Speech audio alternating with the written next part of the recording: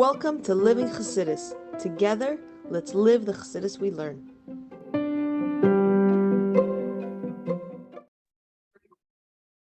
Good morning, everybody, and welcome to Chassidus in the Morning. 15 minutes to change our lives. Look at the Sichos Chol Gimel, learning about BaOmer. So we're discussing what's the special BaOmer. The Shiur said on this day, it's such a simcha, the day of his passing. So we started explaining who Shiur. Not to understand this, we have to understand who Shiur was. So one of the things we said about him is that it said in Tevi's passing is that he is becoming united with Hashem. That's no simple feat. Another thing we said about him is that when he was getting smicha from Rabbi Akiva, him and Rabbi Meir, I think it was, that Rabbi Akiva said about Rabbi Meir, that he said Rabbi Meir should go first, should go ahead, and then Rabbi Akiva said to Shiur, he said, it's enough that you and I know how great you are. So you could seemingly say, it just means that he wasn't that great. But really what we're saying is it was so great that only people on the level of Rabbi Akiva could understand how great he was. And also we see that's interesting because Rabbi Shiur on the day of his passing, he said, and to the extent that a student of the Arizal, which is way later, it's like in the 1500s, he used to say every day Nachum over the destruction of Beis Hamikdash.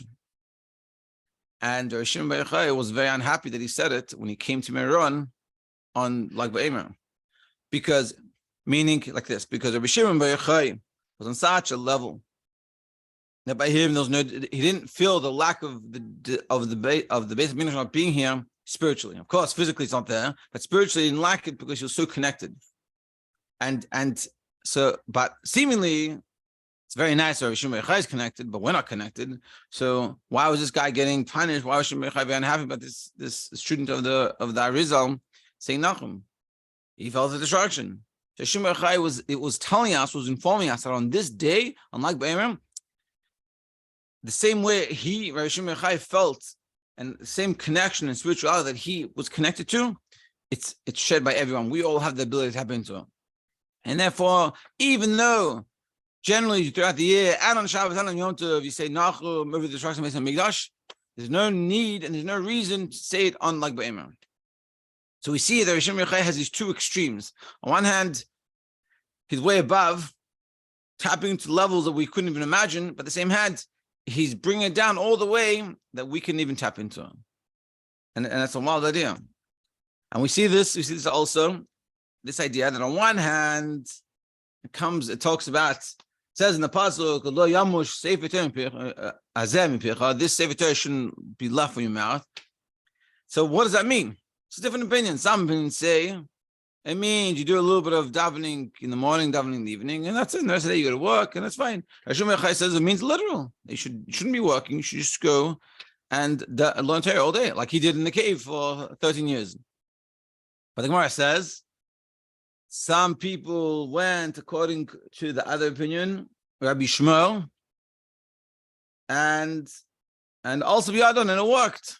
They worked and they learned, and that's how it worked. Whereas Rabbi Akiva, people tried, but it didn't work. Meaning Rabbi Akiva's reality was a reality that we don't really live with. Like we see his reality of the fact that when he's passing away, he's saying, he's becoming one with Hashem. Or the reality that on his day, that he lived a life that he didn't feel the lacking of the Beis Hamikdash being destroyed. And like we see here, he says, what are you going to work for? Someone else take care of it. You go, you learn, and that's how it works. But the other hand, together with that, when he comes out of the cave, and he's been in this cave for 13 years learning the secrets of the Torah, him and his son, and they're like on a different level. So the son basically kind of handles seeing people work. He's like, what are you working? Like, there's Torah, hello. And his son was destroying everything. Rabbi Akiva and Rabbi Shiur was fixing it all. Again, on one hand, he's like, you should be learning all day. But then when he sees people working, and his son can't handle that. He helps and he fixes whatever his son is destroying because he gets it.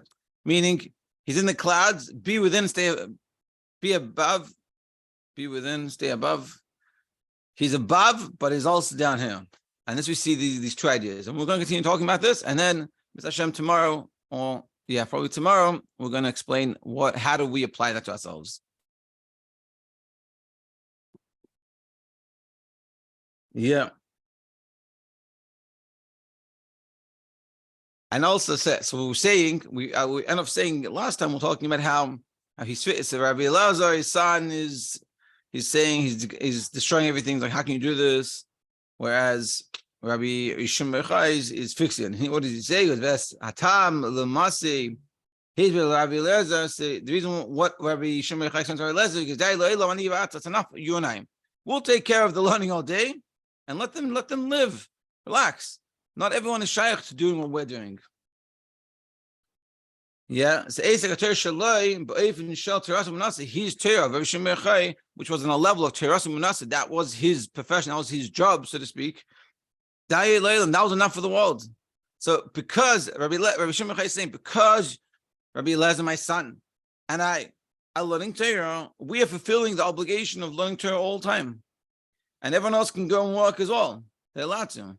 And even more, we say means that even more than this, Matzin, we find he says in Menachos, Afilu lo kara adam ela kriyashma shachis v'arvis kiyem lo yomosh. But on the other hand, he says that whoever says only Shema in the morning and Shema in the evening and doesn't do any other learning, he's fulfilled the obligation technically, according to Rabbi Shimon of this idea that lo yamush 7% that you shouldn't go away from me. On one hand, he's saying, and this is we see these extremes. On one hand, he's saying you should be working all day. On the other hand, we'll see, and if you can't, you should learning all day. And if you can't, and if the minimum you can do or the maximum you can do is Shema, and that's it, great, perfect.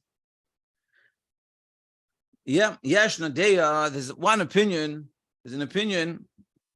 And Alter brings it down. He goes, Sheikar, Kriya Shema, the main thing of Shema, Pasuk Rishon, provide the first Pasuk. Meaning, so let's put that into our context of Rabbi Shimon Yochai. Meaning, Kasher Adam Eini Yachel B'Shum Oifen Lil Mater Kol Yom Someone, for whatever reason, is not able at all to learn any Torah the whole day. If, according to Torah, he's working. And he doesn't have the time. Or the person is illiterate and doesn't understand, not able to do anything besides just saying Shema, the first pasuk of Shema. Not just he's exempt. That type of person is exempt from learning Torah the whole day. Because the person is in a false situation, is in a situation out of his control, and in that case, Torah doesn't force you. Doesn't know any better. Doesn't have the time. So the Torah doesn't say, "Hey, not good enough. You still got to figure out the time." But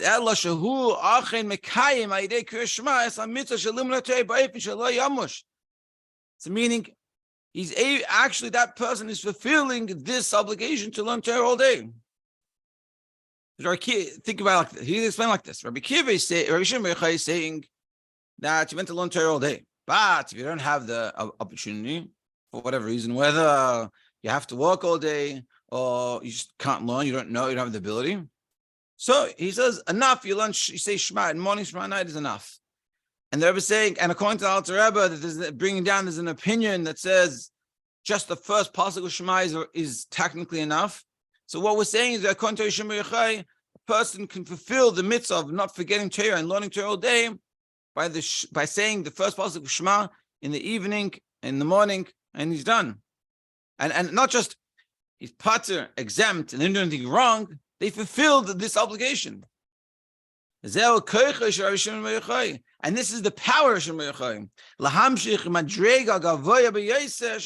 highest levels of Torah, which is lo yamush, that he will never forget, that he won't lack, like literal. This is the infinity and the endlessness of Torah. that ability that Torah can come to such an extent.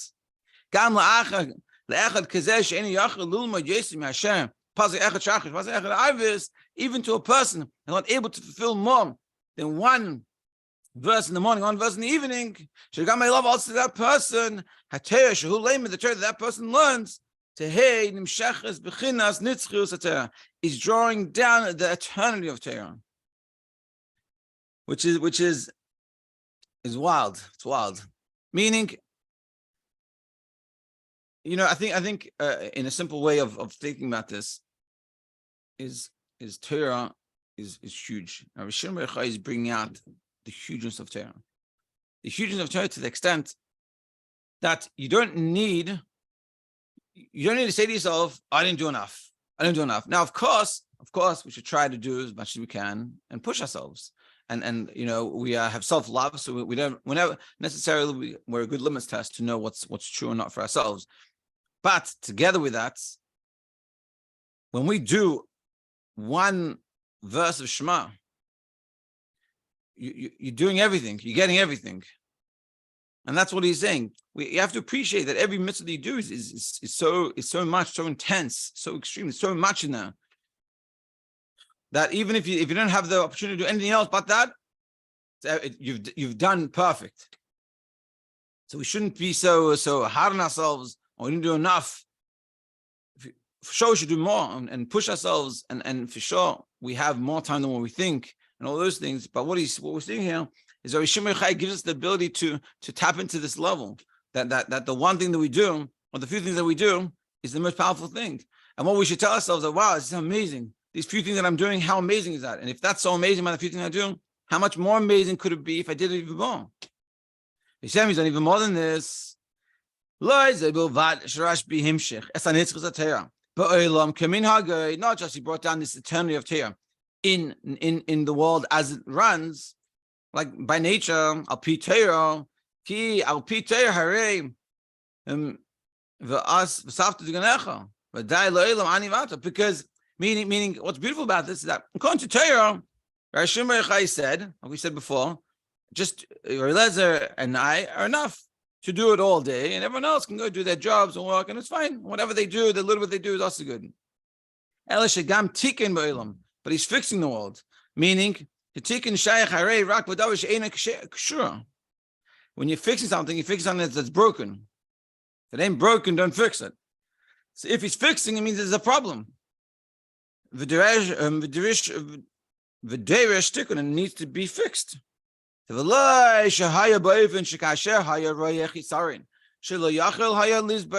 just when he saw some issue that he couldn't handle, it annoyed him, so he went to fix it.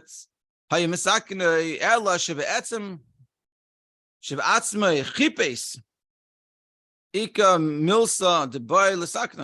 and he searched to find things that he could fix. Is there something that needs to be fixed? You're talking, let me fix it. Meaning, this didn't come about, this whole idea, just like, you know what, these people are annoying me, so let me find a solution to this annoying problem. He was saying, how can I help? What is it can I give? What can I give to this world? What does this world need from me? How can I do something to make this world better? And he found his way. And I'm talking about in a place, let's say there was a doubt whether the person is tamei or not. Which is the opposite of purity. You say which is the beginning of Aveda. The beginning of Aveda, you have to be pure. And here he's dealing with someone that is already not pure. It's a suffocated pure. You're dealing in the shmutz. Ubetuma atzman in tuma itself, tumas mace. Someone that is contaminated because touched the dead corpse. Avya avay which is the highest level of tuma. Tuma chamur b'yezeh, which is a very severe level of tuma. Umakim zeh tiken rashbi v'asa makim diram. And on that level, he made it from a person that is impure to a place he can live. Also to the koyanim, that he was there busy fixing. Finish it off because how was he able and when was he able to do this? Specifically after the 13 years in the cave when he learned so much Torah.